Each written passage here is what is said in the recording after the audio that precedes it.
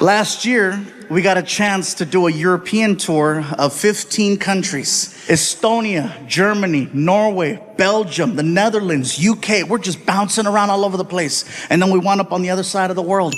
Out of all the countries I performed in, my favorite country outside of home is Australia.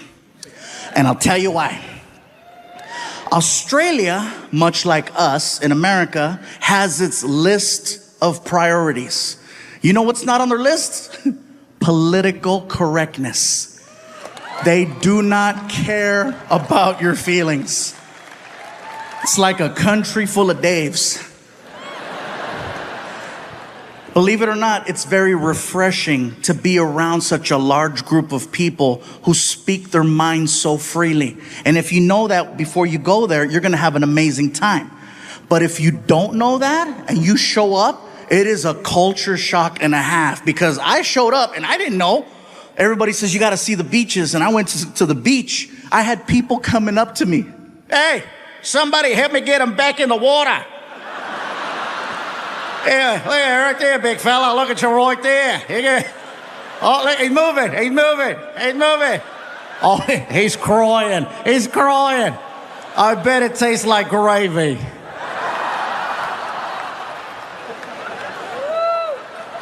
It's not bullying if everyone does it. Yeah, that being said, I'm in Australia, Sydney, Australia, at the Opera House. For me, it was one of the most iconic places I've ever got to perform in. It was bucket list, definitely. After the show, I wanted to go hang out with some Aussies and see what that was like. I'm hanging out at a pub. First things first, Australian people do not drink Foster's beer. That's an American thing. They don't drink that over there. I tried ordering one to fit in, didn't go over well. Bartender looked at me. Hey, you like the taste of piss, do ya? Okay, don't order that again.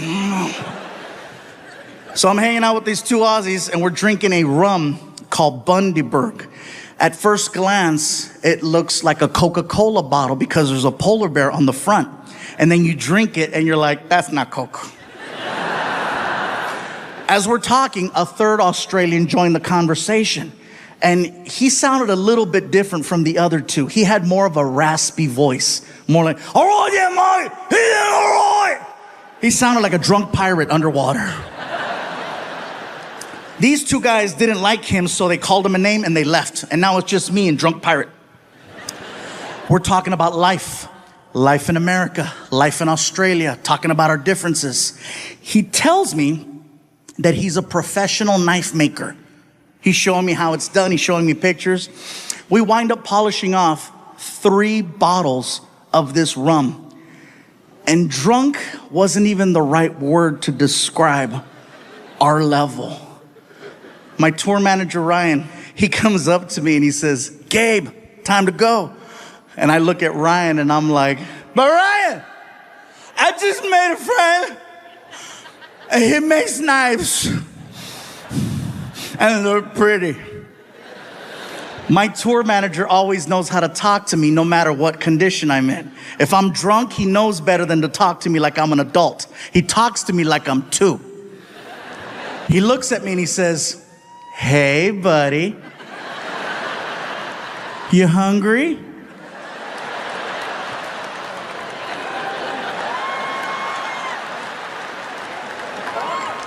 Well, listen, if we don't leave right now, they're going to close McDonald's and you're going to have to eat at the airport. I got to go. I was celebrating the fact that I got away with that for so long. I snuck backstage at Chris Rock. I snuck.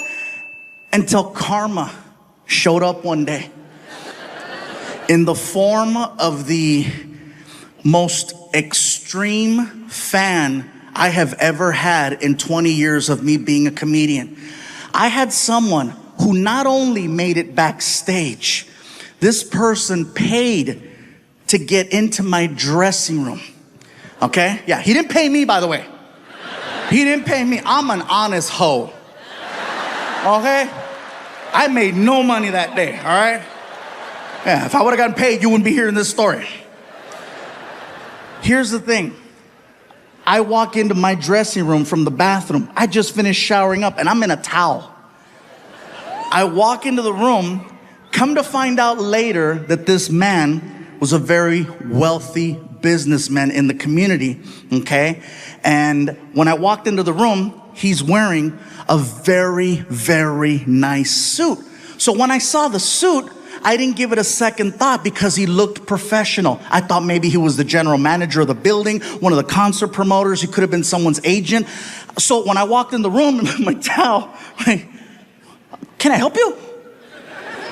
He looks at me, and it was the most uncomfortable conversation I have ever had. He looks at me and says, listen,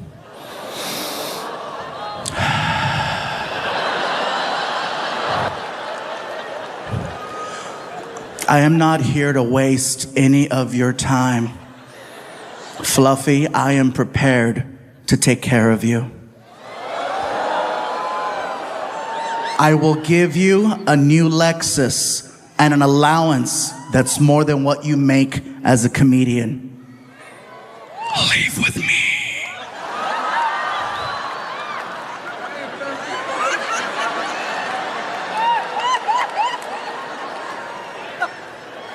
I was never more disgusted and offended at the fact that I was not gay. Because finally, somebody wants to take care of me. Do you know how many people I take care of? No one's ever offered me a Lexus, and they should. I felt horrible saying no to this guy. I still think about it. I still have the number. Houston, I'm gonna tell you something, and I don't know how this is gonna go over, but I'm gonna say it. I would be an amazing gay partner. I would, all the way up until that one part, but even then. Have you ever driven a Lexus? Those are nice. Sometimes you gotta take one for your own team. I'm just saying.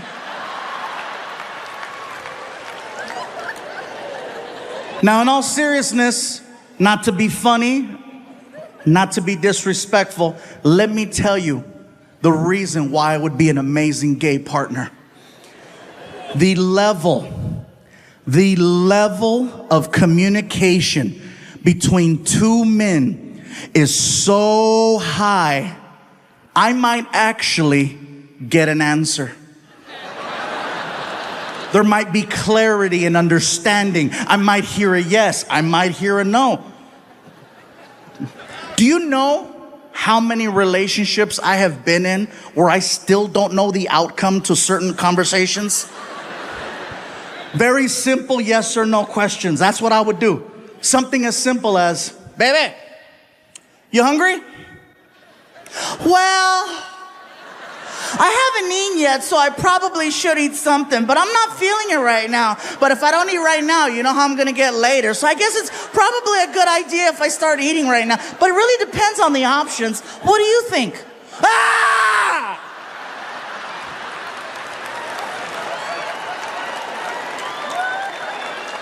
What about this one? Baby, where would you like to eat? You hear all the guys? Yeah. Finally! I'm not alone! Everybody's pointing at somebody right now. Guys, am I right? This has to be, you would think that this is the safest question in the world to ask, but it's not. Well, just pick something. You know me, I'm go with the flow. Whatever you decide is okay with me. You know me already, just pick something. All right, we're going to Burger King. I don't like Burger King. Why do we gotta go to Burger King? Burger King gives me chorro. Chorro is Mexican diarrhea. How about this one? How do you feel? Really? Really? You want to know how I feel? Well, maybe if you'd pay attention from time to time, you might know how I feel. You might not need to have to ask me such a question because you would already know exactly how I feel. The amount of time and energy I've exhausted to let you know how I feel, and you have the nerve to ask me, how do you feel?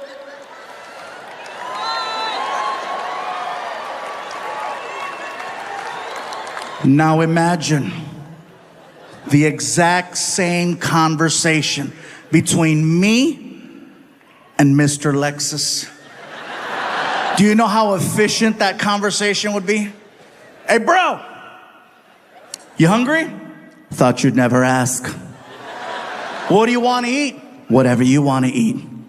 We're going to Burger King. I love Whoppers. Me too.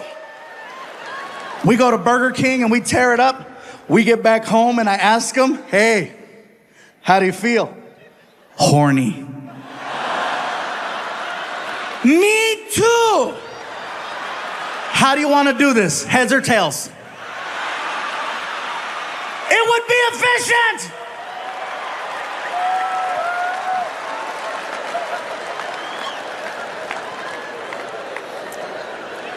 It's hypothetical.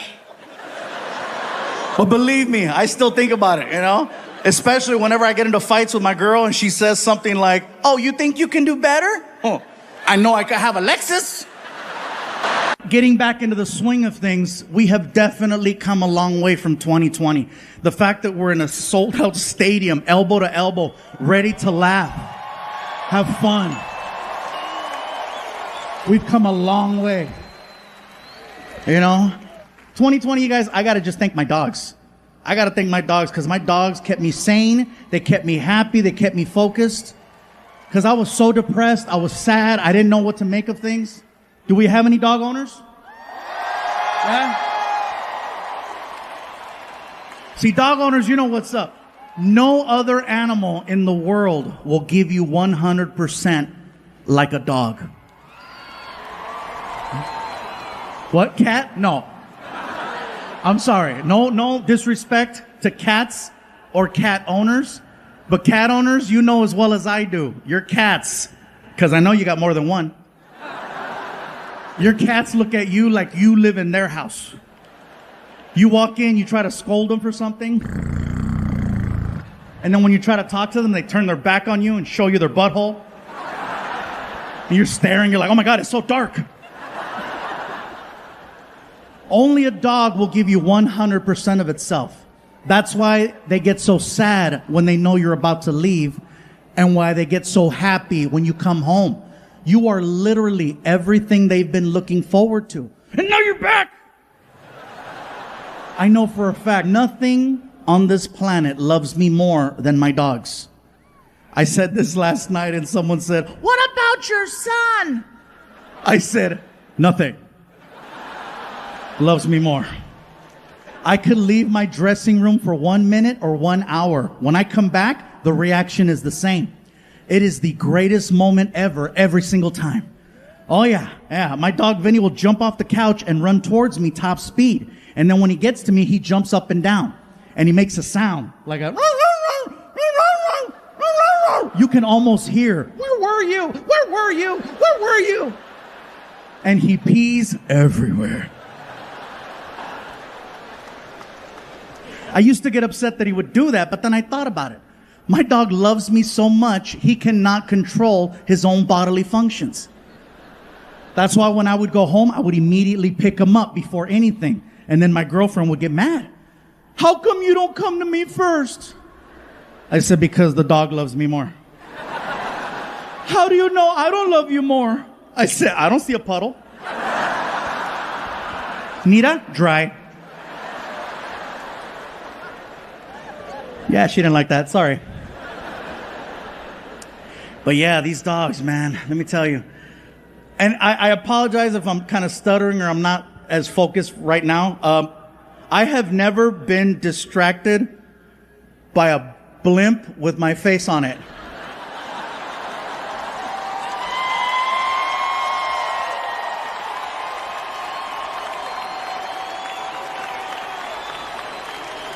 I'm sorry, Netflix, but shit, this...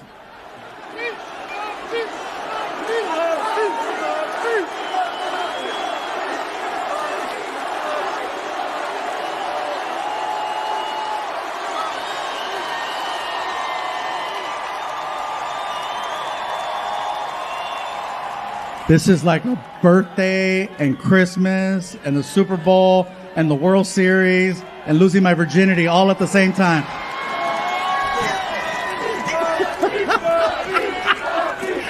Oh, even saw the lights of the Goodyear blimp.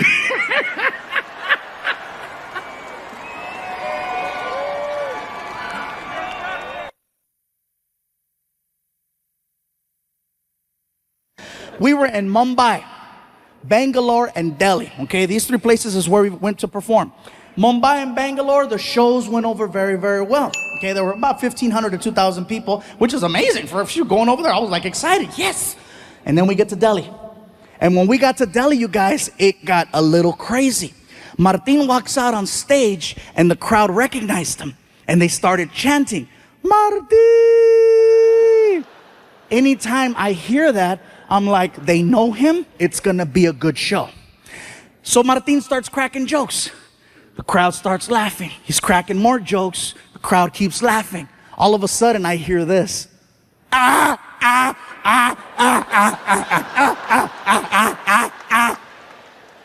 Martin doesn't say a word to them.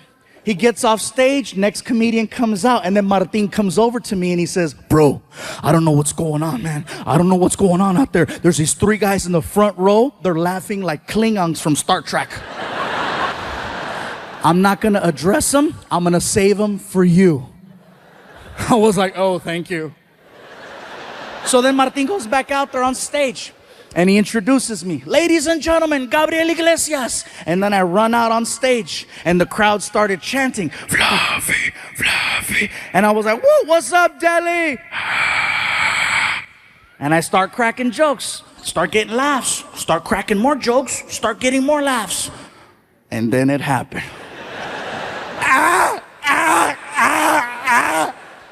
Now see me, I can't avoid things, especially when it's front row center. So I addressed it. I came right out and I said, well, hello. I said, what do we have here? I said, so where are you guys from? And the guy in the middle looks at me and he goes, we are from Germany. I said, cool, we have Germans in the house. And the whole crowd got really weird. You could hear them. They freaked out because they thought I was gonna start making fun of the German people. And one guy even stood up. Don't do it. Don't do it. Don't do it. I go, relax, bro. Have a seat. Don't do it. I'm not gonna make fun of the German people. That's the last thing I wanna do is offend them. I don't wanna end up outside in an alley somewhere freaking in 2 hours. And this is the last time we are going to tell you, do not make fun of German people. As I'm doing this joke about a German kicking me on the floor with the accent, here's where it gets crazy. I get hit in the side of the head by a bat. Listen to what I just told you, Bay Area. I get hit in the side of the head by a bat. Not Major League Baseball. I'm talking about, I'm gonna suck your blood. In India, there are millions and millions and millions of fruit bats. And one of them, actually 6 of them, made it inside of the building. And they're flying around and they're hanging out in the rafters. And one of them decides to fly down. And basically, when I was doing the kicks, I stepped into the line of flight of the bat. And he caught me right here. I'm like, what the hell? And I look up and you see it and you can hear it. The Indian people saw that and they freaked out. They were yelling, they did it. They did it. We told you, don't do it. We told you, don't do it. They're evil. They're evil. I'm like, dude, I don't care how evil you think the Germans are. They don't have control over bats. It wasn't like the guy got offended and said, oh, really? Uns release the bat. So now the crowd is weird. These guys are laughing. And there's freaking bats flying around the theater. First 2 minutes of my show. I gotta do an hour. And now I've already lost the crowd. They're freaking out. These guys are laughing weird. I'm nervous. It's my first time there. I don't know how to get out of this. So I literally walked over to the other side of the stage and I started just performing for this side of the room. trying to redirect the focus right here. And I'm so nervous. I'm stuttering. I don't even have a segue. I'm like, it's crazy in America. Everybody in America likes drinking. It's just real crazy. Like for example, Mexicans, most Mexicans, we like drinking tequila. Most black people like Hennessy. Most white people like Jaeger. Here in India, you guys like Fanta. And when I said Fanta, the crowd went crazy because it was such a local reference. They freaked out. They were like screaming, "Oh my God, he knows, he knows." They started singing, "Fanta, Fanta, don't you want na Fanta, Fanta, don't you want na Fanta, Fanta." The roar was so big, it allowed me to restart my show. So I started cracking new jokes and more jokes and these jokes and those jokes. 5 minutes go by. 5 minutes go by. All of a sudden, the Germans got offended at the fact that I left them out of my drinking joke. The one in the middle stands up and he approaches the stage. Now this stage has got to be about 5 feet tall. The guy's head was about this high. He was like 6'4". He looks at me and he starts pointing and he's yelling, "Hey, fat man! Fat man! What about us, huh? What about the Germans? What do we drink?" I was like, "Dude, that was like 5 minutes ago. We were giving you a chance. What do we drink?" I'm like, "First of all, sir, I apologize. I'm really nervous right now. I had no idea there was gonna be Germans here tonight." Yeah, felt like Poland. I don't care if you laugh or not. That's a smart-ass joke. That's a smart-ass joke. It's not my fault some of you pendejos failed history. You better Google that and find out why it's so damn funny. So, all the older white people, God damn it, yeah. So anyway, so I'm standing there and I go, "Listen, sir, you need to have a seat, okay? The people are getting nervous. You need to have a seat so I can finish the show." And the guy, he refuses. "I will not sit down, fat man, until you tell us what we drink." I go, "Listen, I don't know what you guys drink." And the Indians are being so cute. They're trying to help me. They're yelling, "Hey, they like Fanta too." And the guy was like, "We don't like Fanta." I'm like, "Dude." I go, "Sir, please have a seat." "I will not have a seat until you tell us what we drink. Tell us, fat man." I go, "Listen, sir, you need to sit down and you need to stop calling me fat man." Now it's starting to bother me. This is like the 6th time he does it. And I didn't just lose 100 pounds to now get called fat man.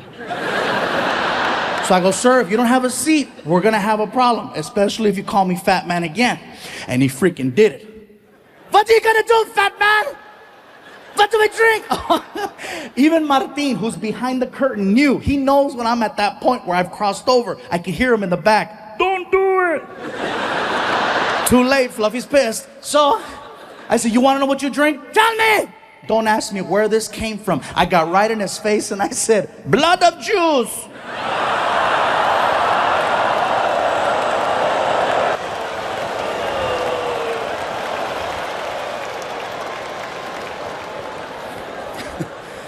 Now see, automatically you guys gave me a whole different reaction.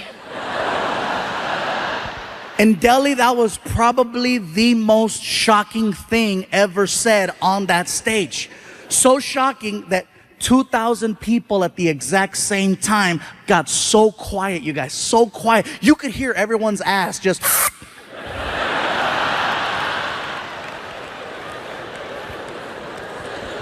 And I'm still standing there, my hands out. Have you ever said something that was so bad? And I mean, you knew it was bad as it was coming out of your mouth, and you're trying to stop it, but it's too late. It's already out, and you're like, "No." And it's too late. Blood of Jews is all over his face, right? I'm standing there, my hands out. I'm looking at him. He's looking at me, and I'm like, "Ah!" He says, "That's a good one. Yeah, that's a good one." Oh my God, thank you. Thank you. It doesn't end there. I'm telling you guys, this is so crazy. So next morning, Martin and I are flying back home to Los Angeles from Delhi. We're taking an airline called British Airways. We go from Delhi to London, England, and we have a connecting flight over there. Once we get to England, they canceled our connect for whatever reason. And so we got rebooked on another airline called Lufthansa. It's a German airline. Now, this is why I believe in karma. Seriously, Martin's like, really? Blood of Jews? I'm like, I know. I felt like they phoned ahead. Ons, take care of Fluffy. So I put down my credit card. I made sure that Martin and I got upgraded to at least their business class because it's like a long flight. And so we're in there, we're on the plane, and the plane takes off. About 20 minutes into the flight, we're just sitting there, we're laughing. And the flight attendant, she starts coming down the aisle with a little cart. Okay, she's coming down the aisle and she sees me and she goes, "Hello, sir. Do you have a preferred drink of choice today?" Martin looks at me, taps me in the chest, and he goes, "Hey, tell her." Tell her, bro. Come on, ask for it. If anybody has it. Dude, shut up. And then she looks at Martin. "Sir, do you have a preferred drink of choice?" And Martin's like, "Yeah, do you guys got blood of..." She's like, "Bloody Mary?" "Yes, yes, Bloody Mary." Freaking Machete's gonna get me banned from flying. So we make it back home. I'm trying to tell the story to my girlfriend and my son. And my girl, she's barely laughing. She's like, like she's jaded. She doesn't laugh at my jokes anymore. My son Frankie, on the other hand, he is dying. Ah! And I'm like, "Really?" He's 16 years old. I go, "Really, Frankie? You thought that was funny?" He goes, "Yeah, it's funny." I go, "What was so funny about my story?" He goes, "Those people you're talking about." I go, "Who, the Indians?" He goes, "No, the other ones." I go, "The Germans?" He goes, "Yeah, it's funny." I go, "What's so funny about the Germans?" "The way that they speak." I go, "What's so funny about the way that they speak?" He goes, "They sound like the three little pigs from the movie Shrek." I had to go.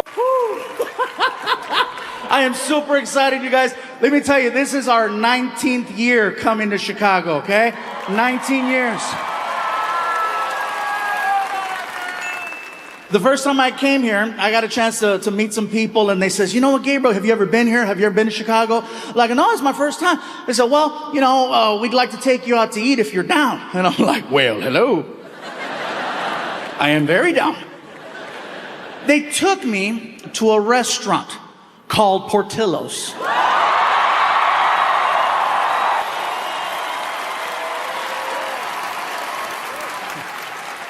You heard of it? So we get there, and it was very, very good. The hot dogs were delicious. I had a chicken chop salad. It was amazing. Had a beef dip, really, really good. But it wasn't until the meal was almost over that these new friends of mine said, "We'd like for you to try something you might not have ever had before." And I'm like, "That's not likely." I said, "Well, what is it you want me to try?" And they said, "Well, they sell a thing here at Portillo's called a chocolate cake shake."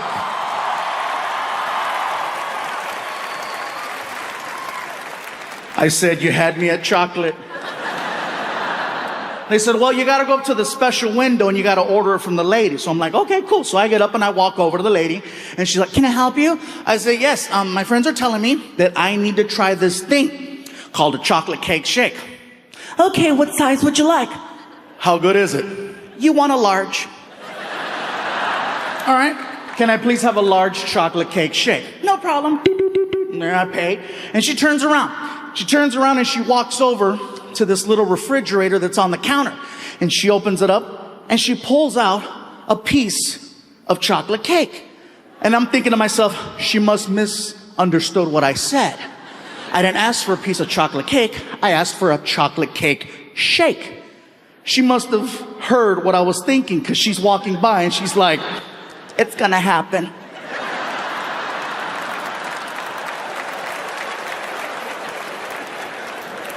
She walks over to the blender, she takes the freaking lid off, and she just looks at me and does this. And I was like, "No." And she's like, "Oh yeah." She pours it and she hands me this like 44-ounce chocolate shake, which is way more than anybody should be drinking. The straw was so thick you could almost fit your thumb in it, okay? So I grab the shake and I begin to attempt to drink it. So I'm just, and I can see the shake coming out.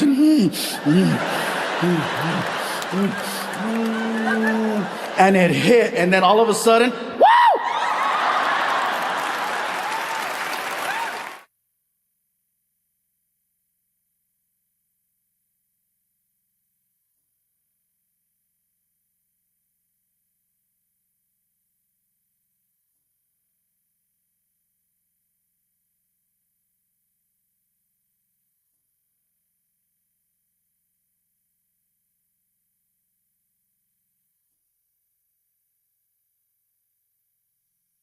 No, hell yeah, man. Oh, and by the way, before I forget, I know I have a habit in my shows of sometimes throwing a little Spanish in there. If you don't understand Spanish, I do apologize, okay? I promise I will be translating. I don't want anybody freaking out or reporting me to the management with concerns or issues, you know. What the hell is going on in there? What kind of show is this? No, somebody better hit the SAP button on that sumbitch real quick. I didn't pay good money to hear some Samoan speak Spanish.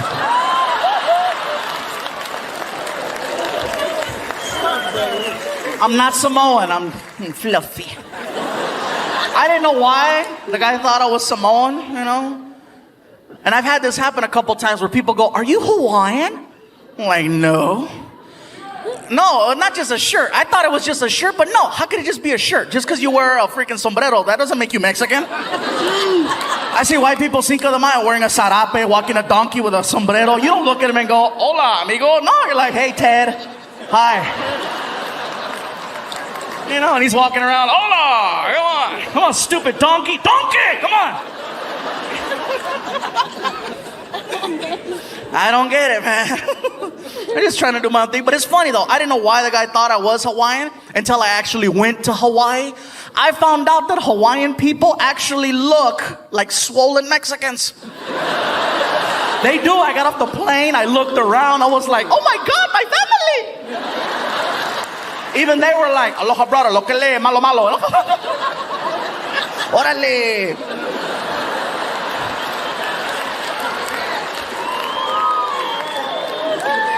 I loved Hawaii. Hawaii was great, man. They have a lot of different cultures there. They have a lot of Asian people. A lot of Koreans. I know this because I got a couple of shirts tailored at some places, and every time I'd go in, it was always a Korean lady. An older Korean lady who was mean. I'd walk in, and this one lady always had a comment to make. I'm there for a week, and every day she had a different comment. I walk in one day, and I couldn't say anything either because she was 75 years old. I can't say nothing back, you know, but there I am walking in. The lady behind the counter, oh, look at who's here. Look at who's here. Oh, shit, we're gonna work hard today.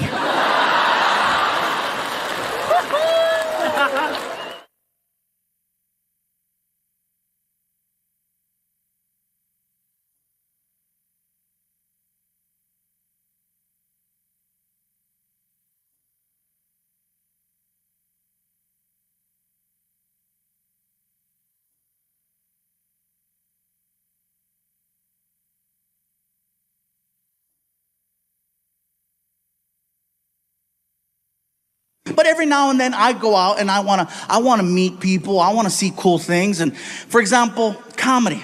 I'm a huge fan of comedy, not just performing it, but I love going to shows. I go to a comedy show every now and then alone. Now, I don't know if that sounds weird to you guys, but for me to do anything nowadays by myself, it's my crew, all the people that work for me, they freak out when I go places because they're always concerned for my safety. You know, what if someone tries to kidnap you? Well, they're gonna earn it. I got into a fight with some of my team members and I said, you know what, I'm going out. I bought myself a ticket and I went to go watch Chris Rock one night in concert. Now, I says, you know what? Maybe I can make my way backstage and I don't know, if I get lucky, maybe I'll say hi to him. I've always wanted to meet him. So I go to the side of the stage and I run into security and I said, hey. He looked at me and said, Fluffy! And when he did that, I said, hey, listen, I forgot my keys. I'll be right back. And the guy's like, yeah, keep going. Get your keys, get your keys, get your keys. I'm like, oh my God, that shit worked. Just like that, I snuck backstage at a Chris Rock concert. Once I was behind the curtain, I was in my element. I knew where everything was. I knew where the food was. I knew where the dressing rooms were, where the bathrooms were. I'm walking around with a soda. People are coming up to me. You know, we didn't know you were gonna be here. I got a call last minute. Looking for my keys. I says, you know what? I got this far. I'm gonna push it. I wanna meet him. I've always wanted to meet Chris Rock. It was not hard. Once I was back there, I just had to go to the dressing rooms. All I had to do was read the name on the door. I'm standing there in front of the door and I'm hyperventilating. Just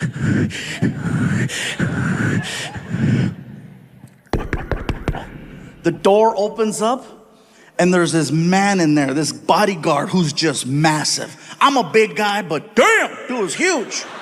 As soon as he opened the door, just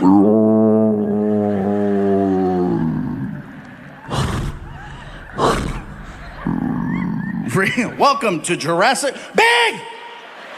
Grandote! And I'm standing there and I'm like, hi. And he's like, can I help you? Yes, my name is Gabriel. I'm a comedian. And I wanted to see if I could say hi to Chris Rock, if that's possible. You say you're a comedian? Yes. Well, then you understand Chris is going over his material right now. He really ain't trying to talk to nobody. So I'll tell you what, player, if you want to come by after the show, you're more than welcome to. But right now, it's not a good time. Chris Rock is a busy man.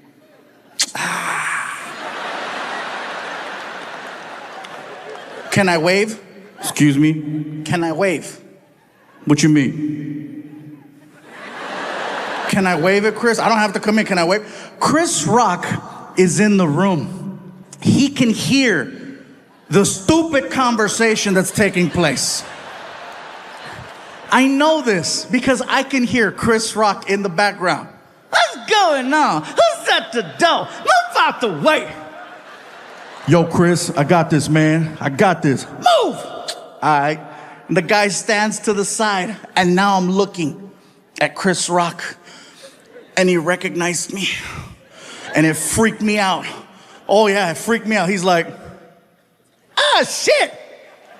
Look who it is. Look who it is. It's the king of the Mexicans.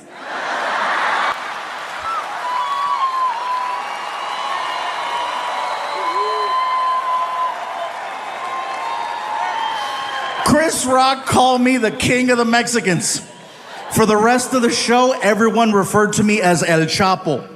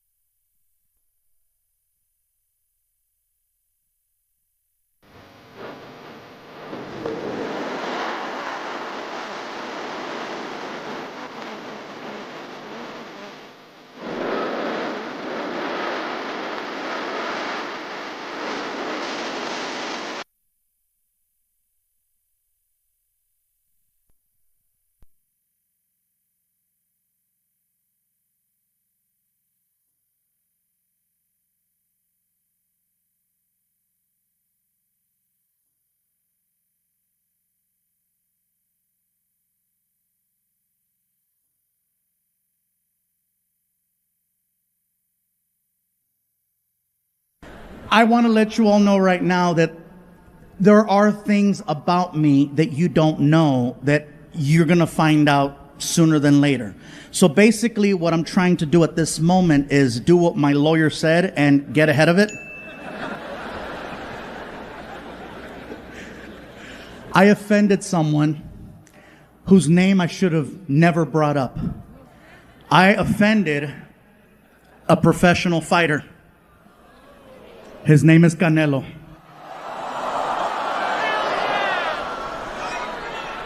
I know. Go big or go home. If you are not familiar with who Canelo is, give me a few seconds to explain. Canelo is arguably one of the best fighters in the world. Okay? You cannot miss him. He is in fact Mexican, but he does not look traditional. Canelo is in fact the whitest Mexican on earth. He's super white. He's so white, he's redhead. Canelo is a redheaded white Mexican fighter. He is so white, even Donald Trump was like, you can come.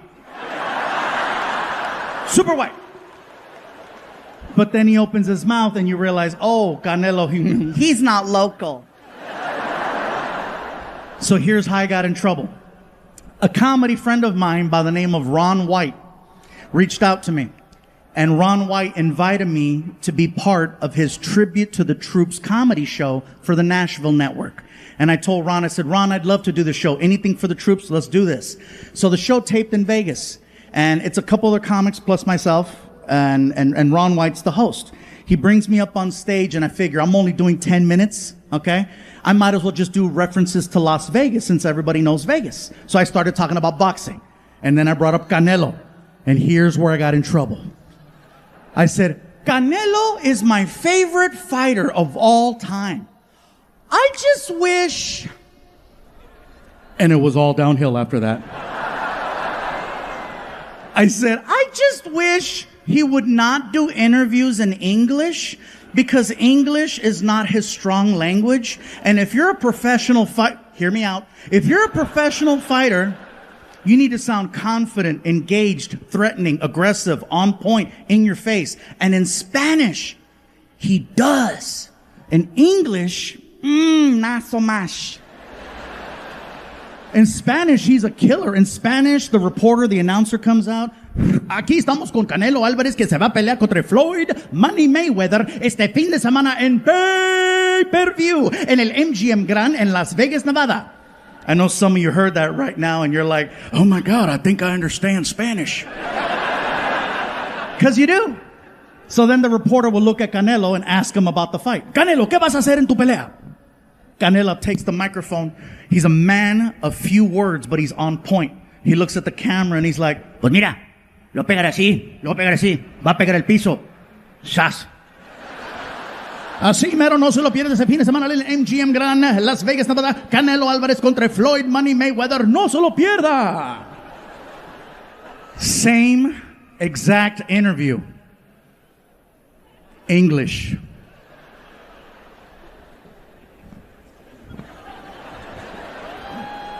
I'm standing here alongside Mexican superstar Saul Canelo Alvarez, who's going to be facing Floyd Money Mayweather this weekend on pay-per-view.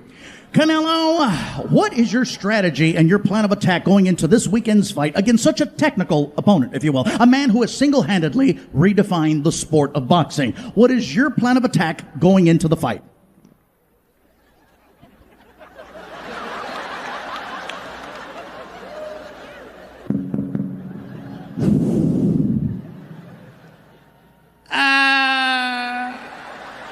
Well, I am going to hit him like this. I'm going to hit him like this. He's going to fall on the, ¿cómo se dice piso, güey? Floor. He's going to fall to the floor and then tan tan, así. All right, well, there you have it. Floyd Mayweather, I hope you are ready, my friend, because, yeah, that's what's waiting for you. Reporting live for ESPN News, I'm Phil Stevens. Back to you in the studio, and we're out. The hell was that, goddammit? Why did you warn me?